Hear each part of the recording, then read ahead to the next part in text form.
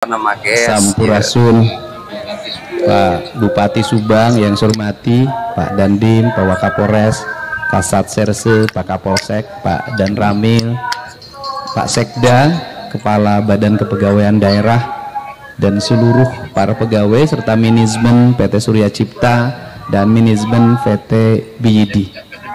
Saya mengucapkan terima kasih. Hari ini kita bersama-sama untuk melakukan ikrar sumpah jabatan bahwa kita berkomitmen mendorong kemajuan Jawa Barat. Pertama, meninggalkan berbagai ego yang bersifat personal, kemudian masuk ke wilayah tujuan dan cita-cita kita. Semua orang harus bekerja yang baik, maka tidak ada kalimat jam kerja. Jam kerja itu formal. Saya tidak penting jam kerja, Pak. Kenapa? Kita bisa masuk jam 7, keluar jam 3, tapi itu semua tidak ada arti kalau tidak ngapa-ngapain. Yang diperlukan tuh langkah-langkah out of the box, menyelesaikan problem. Saya tugas kepala PU. Masuk ke sini, saya tadi lihat jalan bergelombang. Kemudian ini kawasan industri. Jangan sampai ada persepsi di mata publik investor Indonesia dan investor nasional, pemerintah Indonesia, pemerintah Jawa Barat, pemerintah Kabupaten Subang tidak memperhatikan pertumbuhan ekonomi. Sehingga masuk kawasan industri jalannya bergelombang. Saya minta kepala PU nggak usah ngomong proyek, kita cari duitnya. Dalam waktu 2 minggu jalannya sudah rapi, berbeton dan dilebarkan. Itu cara. Waduh. Ini cara, Pak. Yang kedua, kalau saya tidak berimajinasi, lawan premanisme, lawan ormas-ormas yang menjadi alat bagi orang, gitu kan, yang sifatnya preman. Bukan ormas dilawan, tidak, ormas baik juga banyak, tapi ormas yang sifatnya preman. Sifat preman ini ya harus dilawan, jangan dibiarkan. Kenapa selama ini mereka berani? Karena semua orang takut. Kenapa semua orang takut? Nggak tahu. Takutnya kenapa? Kata orang Sunda, tong ingis kubisi, tong rempan kusugan. Dari dulu orang takut sama kunti. Dari dulu orang takut sama genderuwo.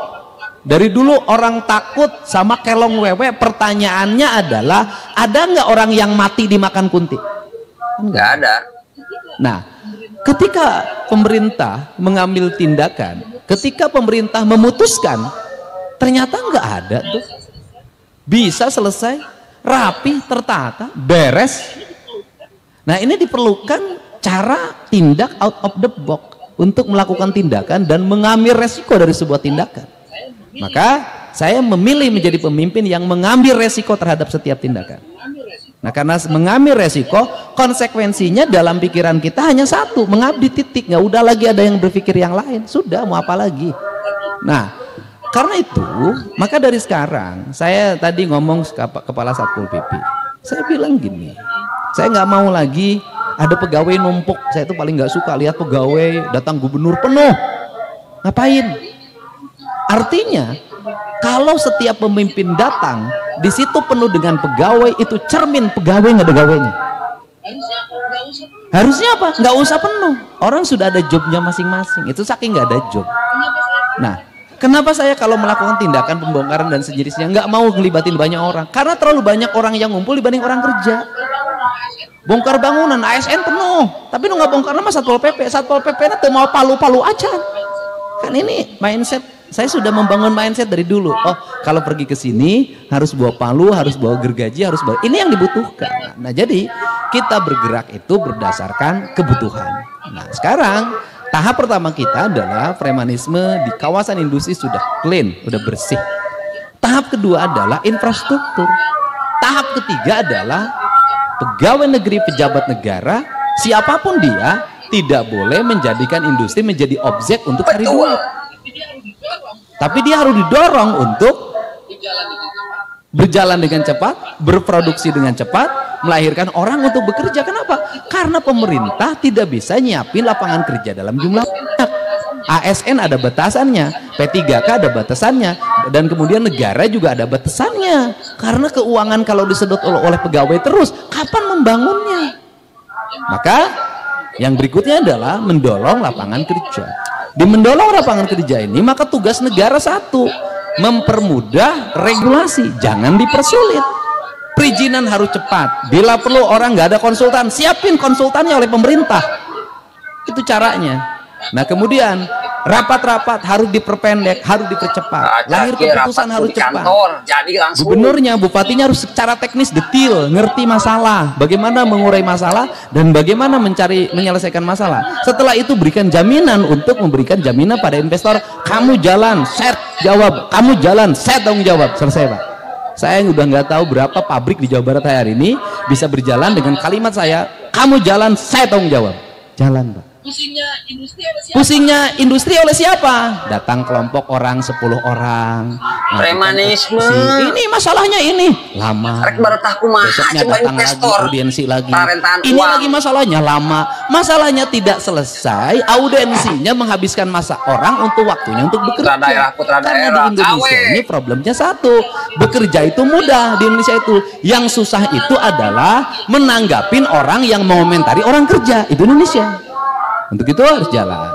Dan yang berikutnya saya ucapkan terima kasih pada Pak Dandim, Pak Dan Ramil dan seluruh jajaran yang berikan supporting terhadap perjalanan industri ini. Dan saya juga mengucapkan terima kasih pada jajaran Polres Subang, Pak Waka, Pak Kasat Serse yang melakukan tindakan-tindakan cepat dalam menangani aksi premanisme. Kalau di tempat lain hanya ditahan kemudian pulang lagi, di sini P21, artinya bukti premanismenya bisa diuji di pengadilan. Tepuk tangan, ini keren. Di para buaya, udah ngomong tadi teman-teman Kemenko Polkam, saya bilang kalau tidak berproses P21 maka dilepas lagi, berarti premanisme bukan pidana. Ini catatan penting. Loh, kalau bukan pidana ngapain ditangkap?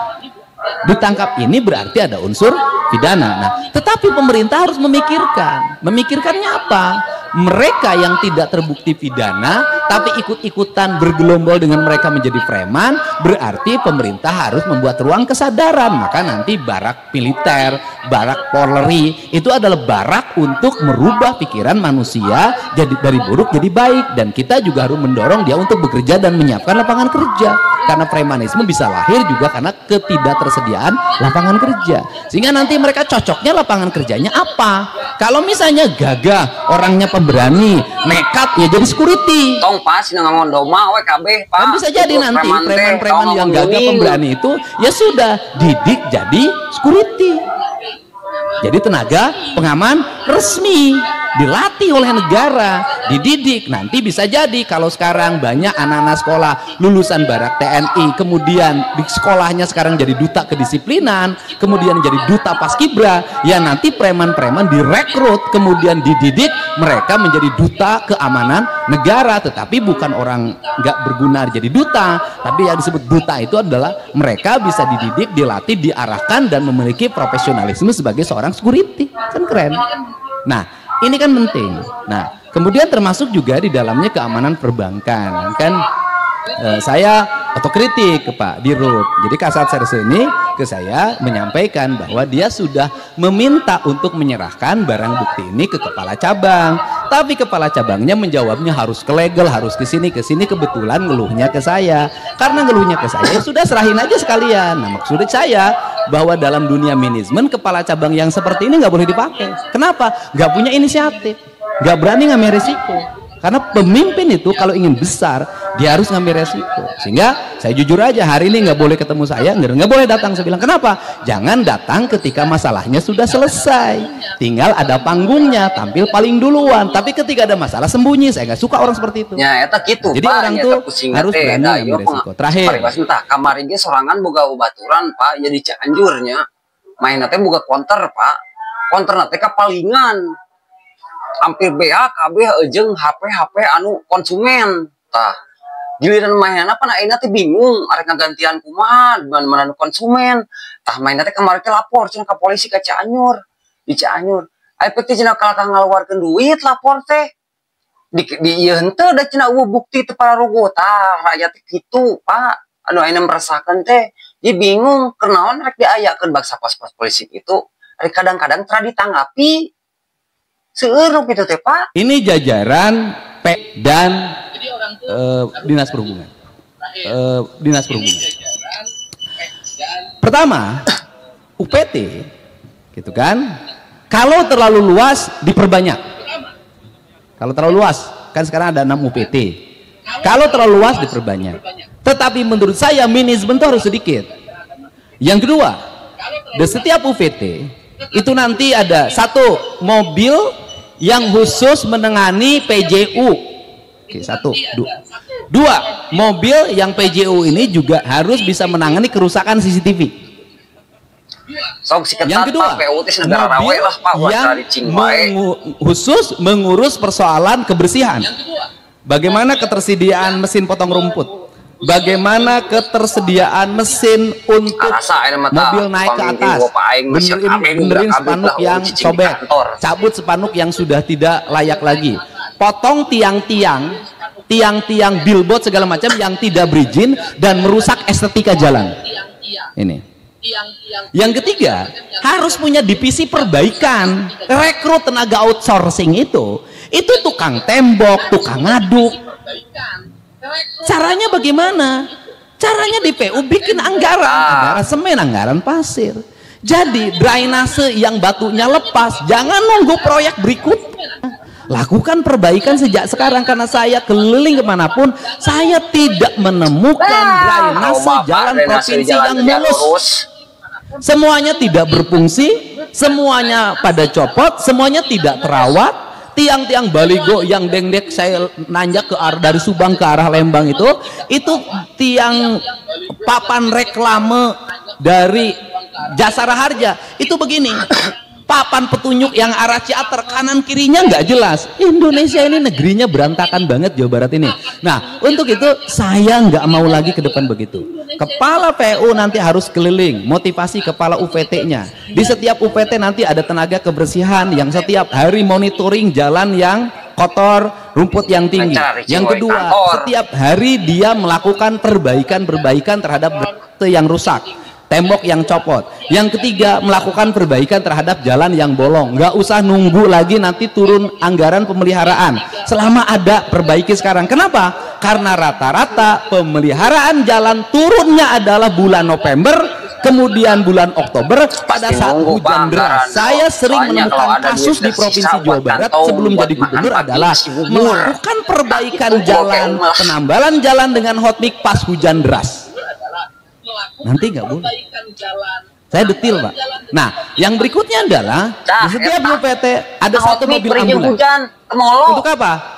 Menolong orang yang terkena kecelakaan. Plus tenaga medis.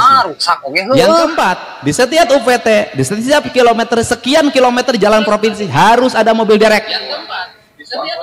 Kemacetan timur tuh mobil mogok, sudah jalannya curam, mobilnya tua, muatannya